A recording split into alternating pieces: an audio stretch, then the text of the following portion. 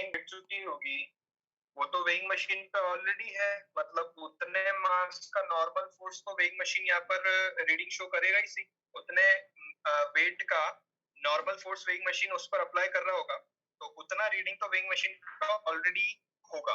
अब उसके अलावा एक्स्ट्रा कौन सा रीडिंग हो सकता है वेइंग मशीन का? सर किसी डीटी टाइम के लिए एज्यूम करके सर। डीटी टाइम के लिए एज्यूम करके, तो वैसा क्यों करूं मैं? लेकिन मैं वही तो पूछ रहा हूँ कि वैसा क्यों।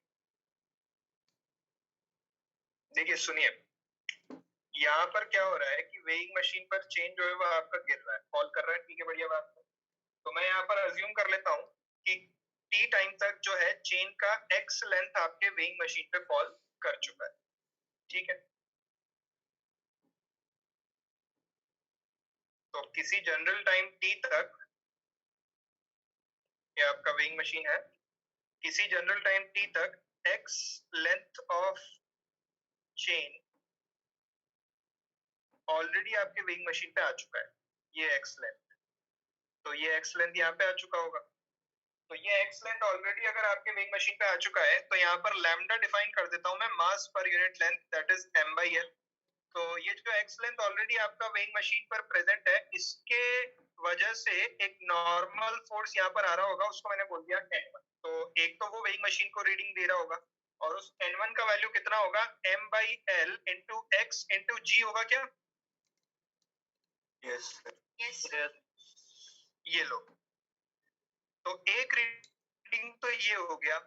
अब इसके बाद आप यहाँ पे सोच करके देखो कि चेन तो फॉल करते जा रही है, करते जा रही है, करते जा रही है, तो किसी टाइम टी पर भी क्या कुछ छोटा सा सेक्शन आपका होगा जो वेइंग मशीन पे गिरा होगा उस पर्टिकुलर इंस्टेंट पे भी? जनरल टाइम टी पर मान लीजिए 2 सेकंड, तो 2 सेकंड पे भी एक छोटा सा हिस्सा चेन का वेइंग मशीन पे आया होगा ना, और फर्दर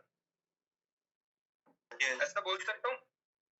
तो वो जो हिस्सा वेइंग मशीन पर आया होगा, बिफोर जब वो वेइंग मशीन पर नहीं आया है तो उसके पास कुछ वेलोसिटी है, और जैसे ही वो वेइंग मशीन पर गिर गया है, फॉल कर गया है, उसका वेलोसिटी जीरो हो गया, तो उसका मोमेंटम चेंज हुआ है, मतलब पहले उसके पास कुछ वेलोसिटी था और उसका फिर मोमेंटम चेंज होकर के जीरो हो गया।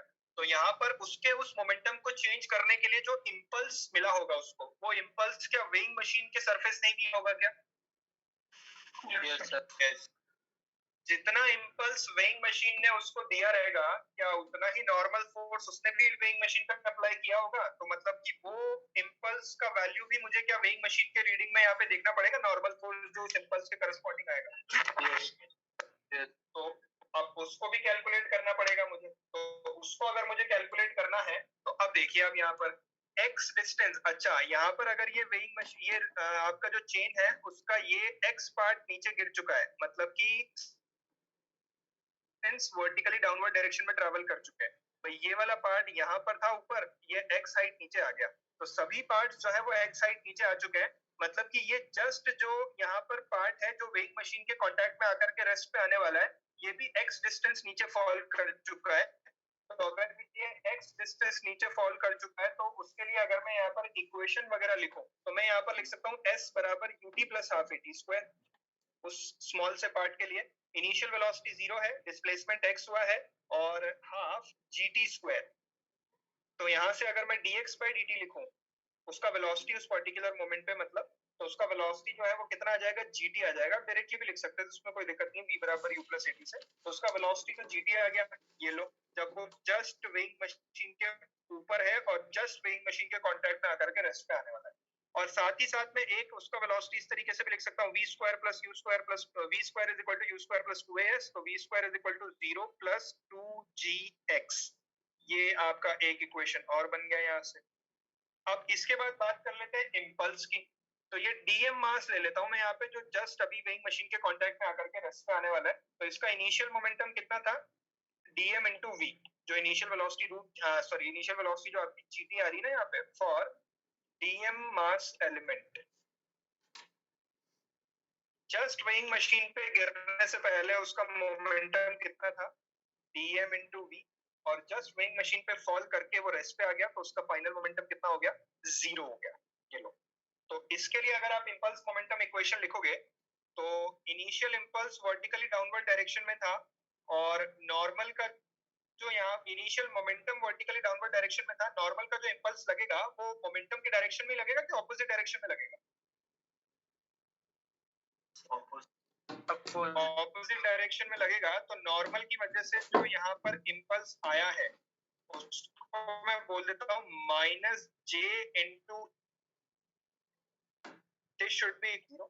तो यहाँ पर नॉर्मल की वजह से जो इंपल्स आया है वो कितना हो जाएगा आपका dm इंटू वी के बराबर है। अच्छा, नॉर्मल की वजह से जो इंपल्स है उसको मैं बोल सकता हूँ n2 इंटू dt। आप लोग जानते हैं इंपल्स क्या होता है? Force into time interval. एक बहुत यहाँ पर आपका जो अपन ने इंपल्स के बारे में जब बात की थी तो अपन ने बोला था फाइनाइट अमाउंट का फोर्स अगर एक छोटे से टाइम इंटरवल के लिए लगता है तो वो इंपल्स क्रिएट करता है। तो n2 dt लिख दिया मैंने। n2 मतलब कि वो जो नॉर्मल यहाँ पर जो वो छोटे dm मास को रेस्ट पे लाने के लिए रिस्पॉन्सिबल है, और dt मतलब कि टाइम इंटरवल जिस टाइम के लिए यहाँ पे इंपल्स एक्ट किया रहेगा। तो n2 का वैल्यू कितना हो जाएगा? n2 का वैल्यू यहाँ से हो जाएगा v into dm by dt। ये लो, अब ये n2 का वैल्यू मेरे को थोड़ा सा और अच्छे से यहाँ पे लिखना पड़ेगा। थ्रस्ट फोर्स का वैल्यू बेसिकली कितना होता है? यहाँ से थ्रस्ट फोर्स का वैल्यू आप जानते हैं v relative into dm by dt होता है। तो ये बेसिकली एक तरीके से थ्रस्ट फोर्स से कंपेयर कर लिया मैंने इसको। और dm by dt का वैल्यू अगर मैं यहाँ पे लिखूं तो क्या dm by dt का वैल्यू तो मैं यहाँ पर dm upon dx into dx by dt लिख सकता हूँ क्या? dx से मैंने ऊपर नीचे मल्टीप्लाई डिवाइड कर दिया। yes. dm अपॉन dx क्या है, कोई बता सकता है? मास पर यूनिट लेंथ। मास पर यूनिट लेंथ। तो m by l लिख दो इसको तो। और dx by dt तो v है, वो तो आपको ऑलरेडी पता ही है, ऊपर आपने देखा ही था dx by dt को v लिखा था अपन ने। तो ये कितना हो गया आपके पास? dm by dt, dm by dt mv upon l हो गया। मतलब कि n2 का वैल्यू कितना हो गया आपका? n2 का वैल्यू हो गया आपका mv स्क्वायर अपॉन l। अब अगर ये mv स्क्वायर अपॉन l हो गया तो रीडिंग ऑफ वेइंग मशीन, ये आपको पता है तो ही आप सॉल्व कर सकते हैं, आपको नहीं पता है तो आप सॉल्व नहीं कर सकते। कुछ चीजें ऐसी होती हैं जो अपने को पता होंगी तभी अपन आगे उसमें प्रोसीड कर सकते हैं, अगर अपन ने कभी नहीं की होंगी तो अपन नहीं कर पाएंगे। तो x चेंज जब आपका फॉल कर चुका है तो वेइंग मशीन का रीडिंग हो जाएगा n1 प्लस n2, और n1 आप ऑलरेडी कैलकुलेट कर चुके हो ऊपर mgl by x, और n2 कितना हो जाएगा आपका? ये हो गया mv square by l, m into l, और v स्क्वायर का वैल्यू था आपका 2gx। तो यहाँ से जब x लेंथ ऑफ चेन आपका फॉल कर चुका है तो वेइंग मशीन का रीडिंग है 3mgx डिवाइडेड बाय l। इसको टाइम की टर्म में अगर कन्वर्ट करना चाहो, टाइम की टर्म में कैसे कन्वर्ट करोगे, कोई बता सकता है क्या? सर वहाँ mgx अपॉन l होगा सर gx की वैल्यू डाल देंगे। gx की वैल्यू डाल देंगे, gx की वैल्यू कितनी डाल देंगे? और v स्क्वायर बाय 2 डाल देंगे। यस सर, सर v की वैल्यू, और v, हाँ v की वैल्यू gt डाल देंगे। तो इसको जब आप टाइम t के फॉर्म में लिखेंगे ना तो टाइम t के फॉर्म में ये रीडिंग आपका आ जाएगा 3m g square t square by 2 है। तो यार आप चाहो तो इसको याद ही रख लेना क्योंकि ये क्वेश्चन आपको मिल सकता है कभी। सर तो बिल्कुल सेम मिलेगा क्या? यार थोड़ा बहुत ऊपर नीचे मिल जाएगा किसी जनरल टाइम t पर। तो सर ये फॉर्मूला कैसे? किस्मत है बाकी तो आपकी फिर। तो टाइम t पर p का वैल्यू तो रिप्लेस करोगे ना यार, सेम मिलेगा तभी वैलिड है, सेम नहीं मिलेगा तो वैलिड नहीं है, वही मैं कह रहा हूँ। तो सेम मिल जाए तो आप किस्मत, नहीं मिले तो फिर सॉल्व करिएगा इसी तरीके से जो भी उसने अलग वेरिएशन दे रखा होगा। तो इसको नोट डाउन कर ले, उसमें अगर कहीं डाउट है एक लास्ट क्वेश्चन करेगा फिर उसके बाद आप सेंटर वहां सेंटर।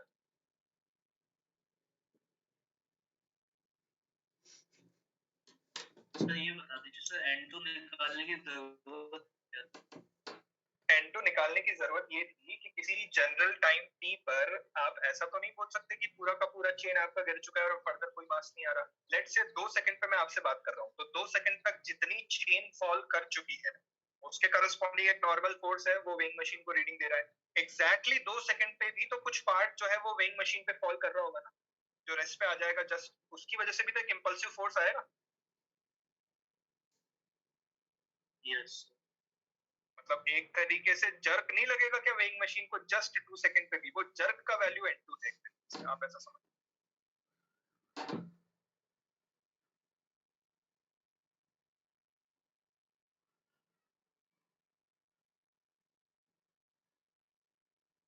स्क्रॉल करना होगा तो बताइएगा। आज का मैच पोस्टपोन हो गया है क्या? मैच वगैरह देखने का पता नहीं चलता सर, मैच कब होता है कब नहीं होता देखते हैं। मेन प्लेयर्स तो पहले दे सर होमवर्क बहुत सर होमवर्क की वजह से देख नहीं। अच्छा, होमवर्क की वजह से देख नहीं पाते। ये तो सही बात है, मेन प्लेयर तो खेल नहीं रहे। पोस्टपोन हो गया शायद। कृणाल पांड्या जो है वो कोविड पॉजिटिव निकल गया है। यस।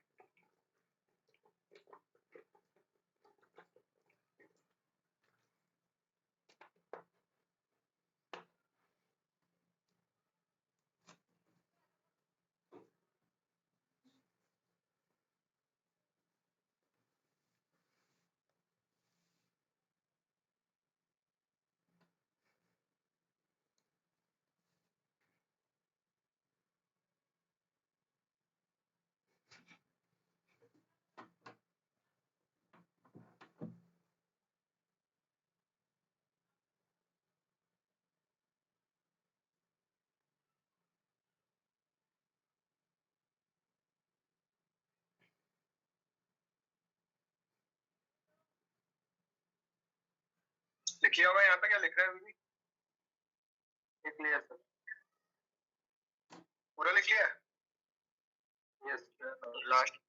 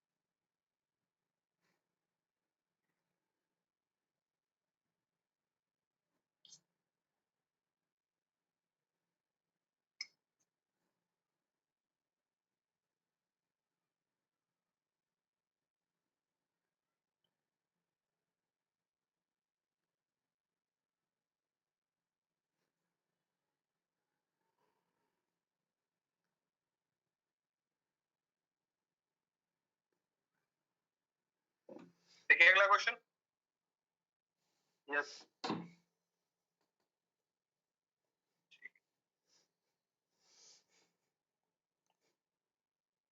अब अगला क्वेश्चन देखिए, आपको ऐसे दे रखा है कि ये आपके पास एटवुड मशीन जैसा सिस्टम है। एटवुड मशीन जानते होंगे, सुना होगा नाम। यस।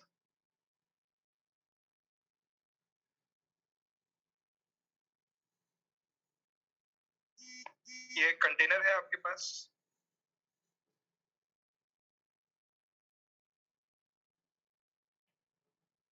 ये मास है m1।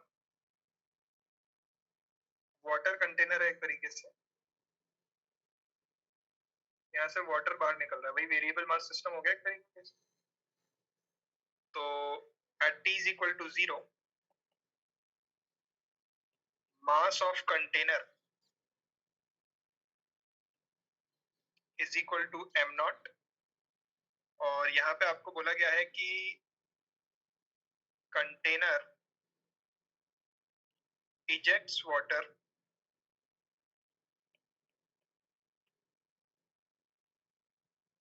at a constant rate p kg per second with velocity v naught with respect to container।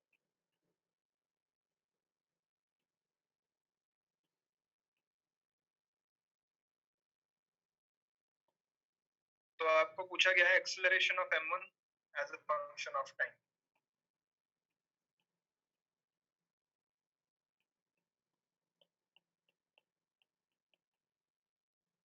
करिए ट्राई।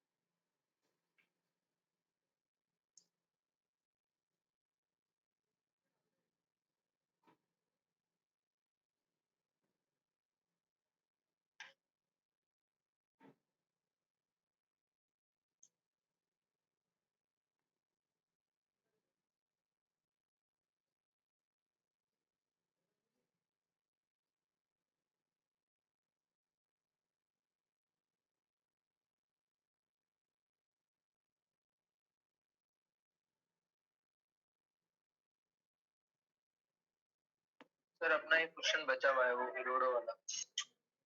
हाँ यार उसको भी देख लो,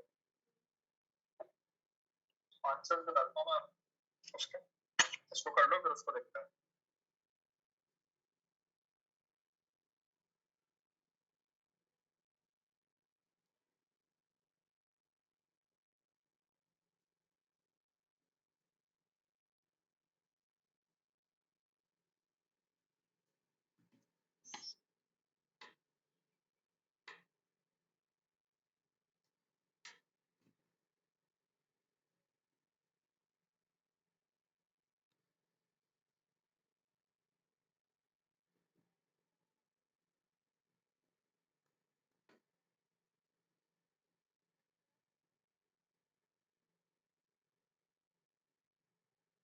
कंटेनर से पानी अगर बाहर आ रहा है तो आपको क्या लगता है थ्रस्ट फोर्स कौन सी डायरेक्शन में लगना चाहिए, डाउनवर्ड डायरेक्शन में कि अपवर्ड डायरेक्शन?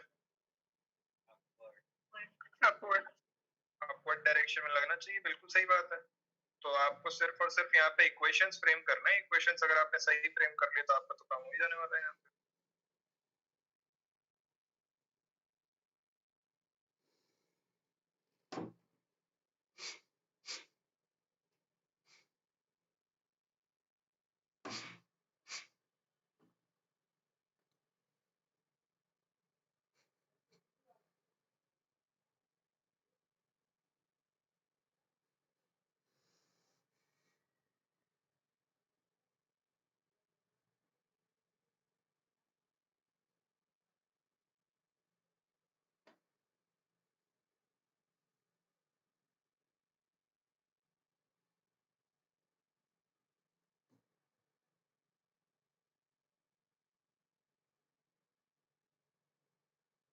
किसी जनरल टाइम टी पर एक्सप्रेशंस के वैल्यू अज्यूम कर लो ना, किसी जनरल टाइम टी पर ये ए से नीचे आ रहा है तो ये ए से ऊपर जा रहा है, समान लिया मैंने। अब क्या करूं बताओ, रस्सी में टेंशन टी मान लिया। अब इक्वेशंस बता दो आप दोनों के लिए, बस काम हो जाएगा आपका। m1 के लिए इक्वेशन बताओ, second law of Newton. m1g minus t m1g minus t is equal to m1a। और कंटेनर के लिए second law of Newton, container पे कौन कौन से फोर्सेस हैं पहले तो ये सोच लीजिए। थ्रस्ट फोर्स है, टेंशन है और ग्रेविटी है, और ये तीन फोर्सेस है।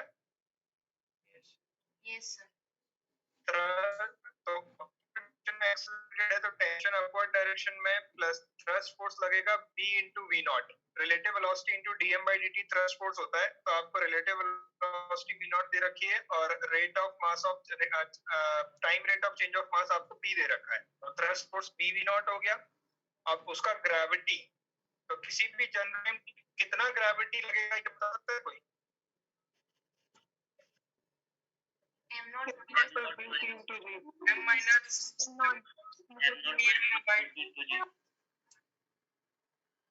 m not minus bt into g, ये ग्रेविटी हो गया, is equal to mass into acceleration, यानी कि m not minus bt into acceleration. बस खत्म हो गया क्वेश्चन, दोनों इक्वेशंस को ऐड कर दो, एक्सेलरेशन का वैल्यू आ जाएगा आपके पास।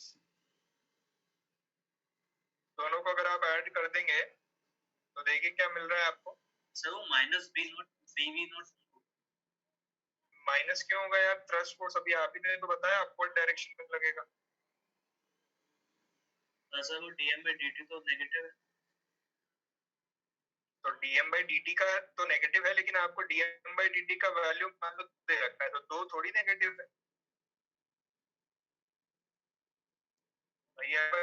तो ये m final minus m initial upon t final minus t initial, final mass कम होगा, इनिशियल मास ज्यादा होगा, तो ये टर्म नेगेटिव निकल करके आएगी। मैंने आपकी बात मान ली, लेकिन अगर मैं इसका मैग्नीट्यूड ही आपको 2 दे दूं, b एक पॉजिटिव कांस्टेंट है मान लीजिए, तो उसका वैल्यू भी 2 दे रखा है, तो वो तो ऑलरेडी आपको पॉजिटिव करके दे रखा है ना।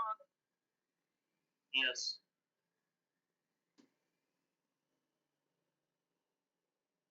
तो ये plus bv not into g is equal to ये हो जाएगा m1 plus m not minus bt into a।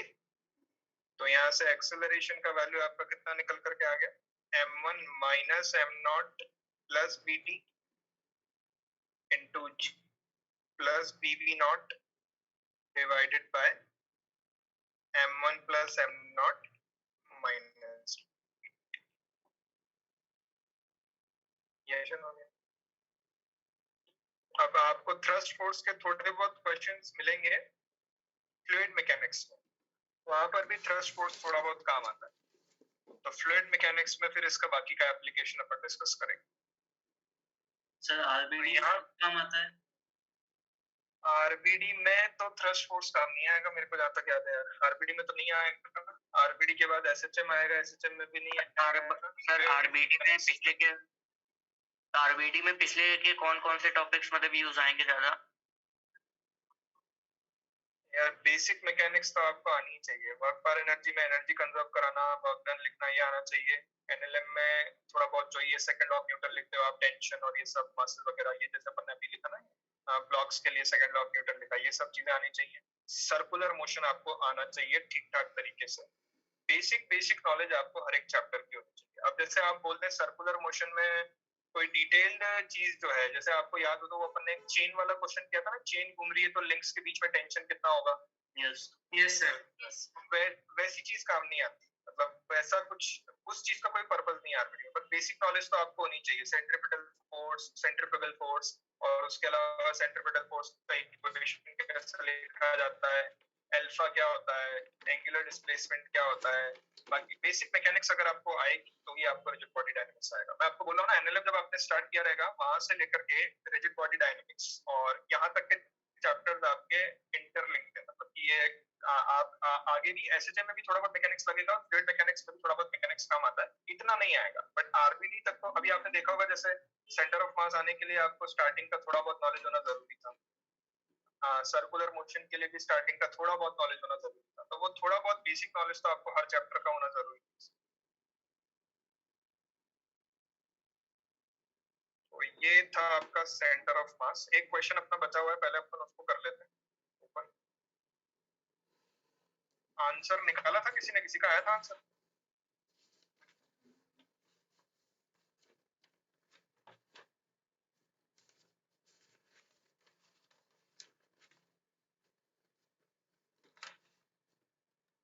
कहाँ गया यार? ऑब्लिक कोलिजन के बाद था ना? Yes sir. सर वेरिएबल के जस्ट पहले।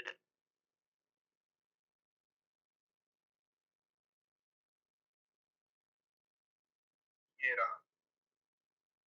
हाँ, तो इसमें आपको बोला गया था कि एक पार्टिकल है m1 मास का और ये इलास्टिक कोलिजन कर रहा है स्टेशनरी मास m2 के साथ। What fraction of kinetic energy does the striking particle lose if it recoils at a right angle to its original direction of motion and if the collision is head-on? Head-on collision है तो वो अपना कितना fraction of kinetic energy lose कर देगा? और अगर first part में आपसे पूछा है कि अगर वो ओरिजिनल डायरेक्शन से 90 डिग्री पर अगर चला जाए तो वो कितना अपना फ्रैक्शन ऑफ एनर्जी यहाँ पे लूज कर देगा, ये आपको पूछा गया है। अच्छा, कोलिजन दोनों ही केसेस में इलास्टिक है। इलास्टिक कोलिजन है मतलब कि काइनेटिक एनर्जी का लॉस यहाँ पे जीरो होने वाला है। तो काइनेटिक एनर्जी का लॉस यहाँ पे अगर जीरो होने वाला है तो अपन ने सबसे पहले तो क्या बात की थी कि एक्सटर्नल फोर्स आपके सिस्टम पे जीरो है तो P initial in x direction should be equal to P final in x direction. तो पहले वाले पार्टिकल का इनिशियल मोमेंटम देखिए m1 into u लिखा मैंने, और फिर उसके बाद फाइनल मोमेंटम इन x direction m into v2 cos theta. भाई पहला पार्टिकल तो अपने मोशन के परपेंडिकुलर मूव कर गया, और दूसरा पार्टिकल को मैंने v2 वेलोसिटी के साथ थीटा एंगल पे मूव करता हुआ मान लिया था। फिर उसके बाद y डायरेक्शन में भी आपका मोमेंटम कंजर्व रहना चाहिए, तो y डायरेक्शन में भी मोमेंटम कंजर्वेशन करा करके मैंने एक और इक्वेशन निकाला था। इन दोनों इक्वेशंस को यूज करते हुए मैंने एक रिलेशन डेवलप किया, और फिर उसके बाद मैंने यहाँ पर हाँ, इन दोनों इक्वेशंस को यूज करते हुए मैंने एक रिलेशन डेवलप कर लिया। अब उसके बाद मैं यहाँ पर एक इक्वेशन और लिख सकता हूँ काइनेटिक एनर्जीज के बीच में। इनिशियल काइनेटिक एनर्जी जो है सिस्टम का, that should be equal to final kinetic energy of system, क्योंकि इलास्टिक कोलिजन है। तो kinetic energy initial of system should be equal to kinetic energy final of system. System का initial kinetic energy अगर आप लिखेंगे तो वो हो जाएगा half m1 into u square, क्योंकि पार्टिकल m1 मास का था, वो u वेलोसिटी के साथ आ रहा था। और final kinetic energy of system अगर आप लिखेंगे तो half m2 into v1 square plus half m1 into v1 square multiplied bye m2 into v2 square. अब इन दो इक्वेशंस को आपको यूज करते हुए पहले वाले पार्टिकल का जो काइनेटिक एनर्जी का फ्रैक्शनल लॉस है वो कैलकुलेट करना है। तो फॉर फर्स्ट पार्टिकल बताइए क्या लिखूं? फर्स्ट पार्टिकल के काइनेटिक एनर्जी का लॉस, फ्रैक्शनल लॉस मतलब डेल्टा के अपॉन काइनेटिक एनर्जी इनिशियल लिख दूं? तो डेल्टा के कितना हो जाएगा? Half m1 into u square, ये इनिशियल काइनेटिक एनर्जी, और फाइनल हो गई है half m1 into v1 square, और divided by initial kinetic energy थी half m1 into u square. तो इसको अगर आप करना चाहते हैं, तो इसको सॉल्व करना चाहते हैं, तो ये आ रहा है 1 माइनस v1 अपॉन u का होल स्क्वायर। अब कहीं से आपको v1 अपॉन u का वैल्यू निकाल के लाना है, तो v1 अपॉन u का वैल्यू अगर आपको लाना है ना, तो पहले तो आप यहाँ पे क्या करो, v2 को एलिमिनेट करोगे। तो v2 को एलिमिनेट करने के लिए पहली इक्वेशन से दूसरी इक्वेशन में v2 स्क्वायर का वैल्यू रखोगे, और फिर उसके बाद v1 अपॉन u का वैल्यू, वो जो v2 का वैल्यू पुट करने के बाद आपके पास v1 अपॉन u का वैल्यू आएगा, और फिर उसको आप यहाँ पे रिप्लेस करोगे, तो इसका ये जो पूरा टर्म है आपका वो m1 m2 के टर्म्स में आता है। किसी ने ट्राई किया था सॉल्व करने का?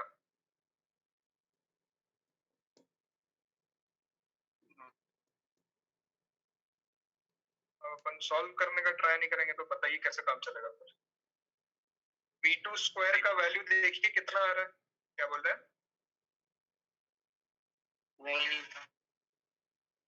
हुआ ही नहीं।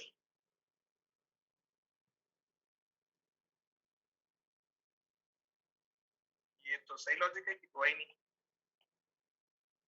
ये लो, v2 स्क्वायर का वैल्यू अगर मैं सेकंड इक्वेशन में रिप्लेस करूं, half m1 u square is equal to half m2, और v2 स्क्वायर का वैल्यू है m1 square upon m2 square multiplied by v1 square plus u square. तो आप हुआ ही नहीं, इसका मतलब तो ये है कि अपने को मैथ्स नहीं आती। ये m2 स्क्वायर आपका बन रहा है यहाँ पे, ये देखिए एक m1 तो कैंसिल आउट हो रहा है कॉमन आकर के, और ये एक m2 भी कैंसिल आउट हो गया आपका, और ये 2 भी कैंसिल आउट हो गया आपका यहाँ से। तो अपने पास क्या बच रहा है? u square is equal to m1 into m1 upon m2 into v1 square plus u square plus v1 square. क्या यहाँ से आप v1 square upon u square का वैल्यू निकाल सकते हो क्या? यस सर, निकाल सकते। u स्क्वायर से डिवाइड कर दो, तो ये हो जाएगा 1 is equal to m1 upon m2 into v1 square upon u square plus 1 और plus v1 square upon u square. कितना आ रहा है बताओ?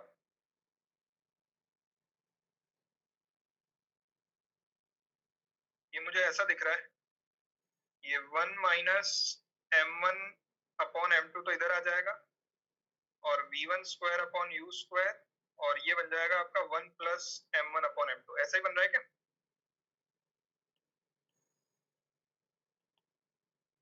अब इरोडोव का क्वेश्चन करोगे तो इतना आसान थोड़ी कैलकुलेशन रहेगी यार, थोड़ा तो टफ, कुछ तो टफ देंगे एटलीस्ट। ये आ गया आपका वैल्यू, और इस वैल्यू को आप क्या करना, यहाँ पे रिप्लेस कर दो इसमें, तो आपके पास फर्स्ट पार्टिकल की काइनेटिक एनर्जी का लॉस आ जाएगा। रिप्लेस करो, कितना आ रहा है?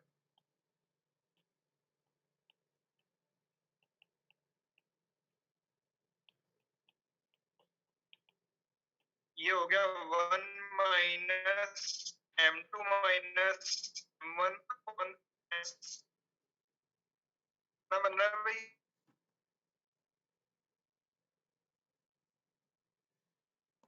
m1 upon है क्या?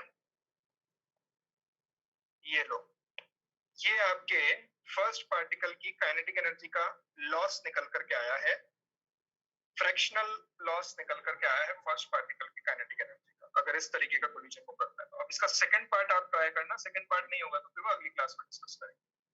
सेकंड पार्ट में आपको क्या पूछा है, perfectly elastic head on collision अगर है तो हेड ऑन कोलिजन में जो है वो कितना फ्रैक्शनल लॉस होगा काइनेटिक एनर्जी का। इलास्टिक है लेकिन हेड ऑन कोलिजन है, ये तो ऑब्लिक कोलिजन हो गया था, उसमें हेड ऑन कोलिजन है। तो आफ्टर कोलिजन कुछ वेलोसिटीज मान लेना पार्टिकल्स की v1 v2, और इनिशियली u से आता हुआ ही मान लेना।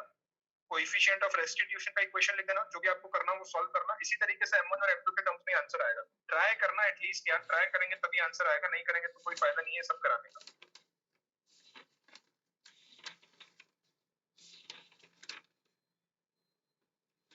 ठीक है, लिखना है किसी को या नेक्स्ट आगे बढ़े? लिख लिया है। तो आपकी थोड़ी आवाज आ रही है बीच बीच में। अब इसमें क्या होता है कि एक चीज और आपके शीट में मेंशन्ड है, मतलब कुछ खास इतना आप लोग समझ चुके हैं, मैं लिखवा भी चुका हूँ आपको जब मैंने इंपल्सिव नॉन इंपल्सिव फोर्सेस बताए थे कि नॉन इंपल्सिव फोर्सेस जब भी आपके सिस्टम पे एक्ट करेंगे तो आप लीनियर मोमेंटम कंजर्व करा सकते हैं। उसका एक क्वेश्चन भी आप अगर देखना चाहें, मतलब आसान सा ही क्वेश्चन है, आपके शीट के सॉल्व एग्जांपल में दे रखा है, अगर आप चाहें तो लास्ट में दे रखा है, आप चाहो तो नोट्स में लिख लेना। वैसे कुछ इतनी खास रिक्वायरमेंट है नहीं क्योंकि आप लोग समझ गए होंगे उस चीज को। वो आपको देखिए इस तरीके से मेंशन्ड है यहाँ पे कि ये देखिए, ये यहाँ पे पॉइंट बना करके मेंशन कर रखा है उन्होंने कि momentum is conserved if the external force present is non impulsive, example gravitation और स्प्रिंग फोर्स। अगर आपके सिस्टम पे एक्सटर्नल फोर्स है लेकिन अगर नॉन इंपल्सिव है तो आप लीनियर मोमेंटम कंजर्व करा सकते हो। जैसे कि वर्टिकल डायरेक्शन में दो, अपन ने ऐसे क्वेश्चन हॉरिजॉन्टल डायरेक्शन में खूब किए हैं कि हॉरिजॉन्टल डायरेक्शन में एक 3 मीटर पर सेकंड से आ रही है, एक 4 मीटर पर सेकंड से आ रही है, तो आफ्टर कोलिजन जो है वो कितना वेलोसिटी हो जाएगा, वो अपन ने खूब सारे सॉल्व किए हैं यहाँ पे, है ना। लेकिन अगर वर्टिकल डायरेक्शन में दो बॉल इस तरीके से आ रही हो तो किसी के दिमाग में ये डाउट आ सकता था कि यहाँ पे तो ग्रेविटी एक्सटर्नल फोर्स हो गई तो फिर लीनियर मोमेंटम में कैसे कंजर्व कराऊं। लेकिन ग्रेविटी नॉन इंपल्सिव फोर्स होती है तो इस केस में भी आप लीनियर मोमेंटम कंजर्व करा सकते हैं। तो यहाँ पर भी आप जो है वेलोसिटीज वगैरह मान लें। कुछ आपको यहाँ पर जो कोलिजन दिया है वो देखिए कैसा दिया है, two balls are moving towards each other on a vertical line collides with each other as shown, find their velocities just after collision. तो जस्ट आफ्टर कोलिजन अगर आप यहाँ पे वेलोसिटीज निकालेंगे तो यहाँ पर आपकी वेलोसिटीज कितनी निकल करके आएंगी वो आप देख लीजिए। जब लीनियर मोमेंटम आपने कंजर्व करा दिया यहाँ, ठीक है। तो लीनियर मोमेंटम कंजर्व करा करके आप जो है वो इस पूरे इक्वेशन को सॉल्व कर सकते हैं। और क्वेश्चंस भी दे रखे हैं इन्होंने यहाँ पे वर्टिकल डायरेक्शन में लीनियर मोमेंटम कंजर्वेशन, तो वो देख लीजिएगा। तो ये था आपका सेंटर ऑफ मास। नेक्स्ट अब अपन बात कर लेते हैं रिजिड बॉडी डायनामिक्स। सुना है क्या नाम आप लोगों ने? Yes yes sir. सर पढ़ा है पहले कभी? नहीं पढ़ा सर। हाँ बोलिए सर। ये बता दीजिए सर, इस वाले चैप्टर में कितने पेज लगेंगे? कितने पेज लगेंगे? पेज तो नहीं पता यार, पेज तो यार कैसे बताऊं। लेक्चर्स जो है वो 15 के करीब लगेंगे, ये जरूर बता सकता हूं। सेंटर ऑफ मास में कितने पेज लगे तुम्हारे? सर मतलब सेंटर ऑफ मास से ज्यादा या कम? सेंटर ऑफ मास से तो ज्यादा ही लगेगा। Yes sir. Centre of mass से तो बड़ा ही चैप्टर है, ऑब्वियस सी बात। तो रिजिड बॉडी डायनामिक्स आरबीडी बोलते हैं, रोटेशनल मैकेनिक्स भी बोलते हैं कई जगहों पर इसको। रोटेशनल मैकेनिक्स या रिजिड बॉडी डायनामिक्स ये बोला जाता है। ये पहले तो अपन बात कर लेते हैं रिजिड बॉडी क्या होती है। रिजिड बॉडी का डेफिनेशन पता है कि डीफॉर्म ना हो, और कोई डेफिनेशन है? सर सेंटर ऑफ मास किसी एक जगह लेके सॉल्व कर सकते हैं। सेंटर ऑफ मास किसी एक जगह लेके सॉल्व कर सकते हैं। मैं ऐसा बोल सकता हूँ कि ऐसी बॉडी जिसके दो पॉइंट्स के बीच का डिस्टेंस या सेपरेशन टाइम के साथ बदले ना, वो रिजिड बॉडी हो। सही बात है। कोई भी जैसे कि आपके पास लेट्स से एक चार्जर है, चार्जर का अडेप्टर है ना, मेरे सामने चार्जर है तो मुझे वही दिखा, तो चार्जर का जो अडेप्टर है, अब आप उसके कोई भी 2 पॉइंट मार्क कर लो, उन 2 पॉइंट के बीच का जो डिस्टेंस है ना, वो टाइम के साथ बदल नहीं सकता, तो वो एक तरीके की रिजिड बॉडी है, ठीक है। सॉलिड और रिजिड दोनों अलग अलग चीजें होती हैं। जैसे हम लोग हैं तो हम भी रिजिड बॉडी, हम सॉलिड है या रिजिड है? सॉलिड है। हम लोग रिजिड बॉडी में नहीं आते, क्योंकि आप कंसिडर करके देखिए, आपके हाथ हैं, मूव कर सकते हैं, आपके पैर हैं, मूव कर सकते हैं, आप लोग उनको फैला सकते हैं, स्ट्रेच कर सकते हैं, डायरेक्शन चेंज कर सकते हैं, तो आप ऐसा तो कर ही सकते हैं ना कि आपकी बॉडी के कोई भी 2 पॉइंट अगर आप पिक कर लें तो उनके बीच का सेपरेशन आप टाइम के साथ चेंज करवा सकते हैं ना, ऐसा थोड़ी हमेशा फिक्स्ड ही रहने वाले टाइम के साथ आपके बॉडी के 2 पॉइंट का सेपरेशन। तो अगर ऐसा नहीं है तो आप रिजिड बॉडी नहीं हुए फिर। तो जितनी भी बॉडीज एग्जिस्ट करती हैं, अगर किन्हीं भी 2 पॉइंट आपने उन बॉडी पे मार्क कर दिए और उन बॉडी के 2 पॉइंट के बीच का सेपरेशन अगर टाइम के साथ ना बदले, तो आप उस बॉडी को क्या बोल देते हैं? रिजिड बॉडी बोल देते हैं, है ना। तो डेफिनेशन अपन यहाँ पर लिख सकते हैं कि डिस्टेंस बिटवीन, सर आपकी आवाज ब्रेक हो रही है, काफी अटक रही है सर आपका काफी ज्यादा अटक रही है। अभी भी अटक रही है क्या? हेलो, सही है। अभी तो नहीं अटक रही। ठीक है। If the distance between any 2 points of a body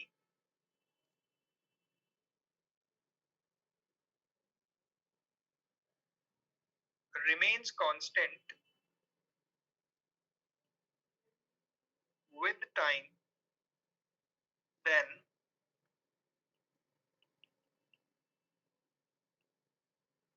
it is known as rigid body, ठीक है। अब जैसे कि मान लीजिए एक एग्जांपल, ये आपने एनएलएम में भी सॉल्व किया होगा अगर आपको याद हो तो। एनएलएम में आपसे एक पॉइंट का वेलोसिटी वेज कंस्ट्रेंट, जैसे आपने ट्राई किया था ना, वहां पे वेज कंस्ट्रेंट में आप क्या बोलते थे कि अगर कांटेक्ट सरफेस के परपेंडिकुलर, मतलब 2 बॉडीज को अगर कांटेक्ट पे रहना है तो कांटेक्ट सरफेस के परपेंडिकुलर डायरेक्शन में दोनों का वेलोसिटी सेम होना चाहिए। अब मान लीजिए ये आपके पास एक रिजिड बॉडी है, तो V1 और V2 में रिलेशन बता सकते हो आप अगर ये रिजिड बॉडी है तो? V1 cos theta 1 V1 cos theta 1 equals to V2 cos theta 2। V1 cos theta 1 is equal to V2 cos theta 2। आपने क्या लॉजिक लगाया कि दोनों के बीच का सेपरेशन जो है वो टाइम के साथ इंक्रीज या डिक्रीज नहीं होना चाहिए, तो दोनों के बीच का सेपरेशन अगर टाइम के साथ नहीं बदलना चाहिए, मतलब कि दोनों को जोड़ने वाली लाइन के अलोंग जो एक पार्टिकल की वेलोसिटी आ रही है, वही वेलोसिटी दूसरे पार्टिकल की होनी चाहिए along the line joining their. तो दोनों को जो जोड़ने वाली लाइन है उसके अलोंग पहले ऊपर वाले पार्टिकल की वेलोसिटी का कंपोनेंट आया V1 cos theta 1 और दूसरे वाले पार्टिकल की वेलोसिटी का कंपोनेंट आया V2 cos theta 2।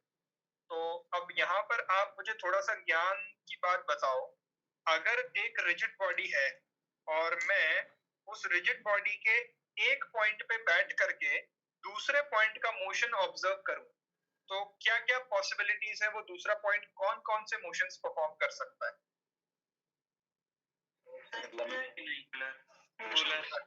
Rectilinear motion perform कर सकता है क्या? नो सर, नो सर, नहीं कर सकता। नहीं कर सकता। क्यों? क्योंकि आप बोल रहे हो कि उनके बीच का लीनियर सेपरेशन तो चेंज होना ही नहीं चाहिए, मतलब कि वो लीनियरली तो मूव कर ही नहीं सकता दूसरे पॉइंट की रिस्पेक्ट में।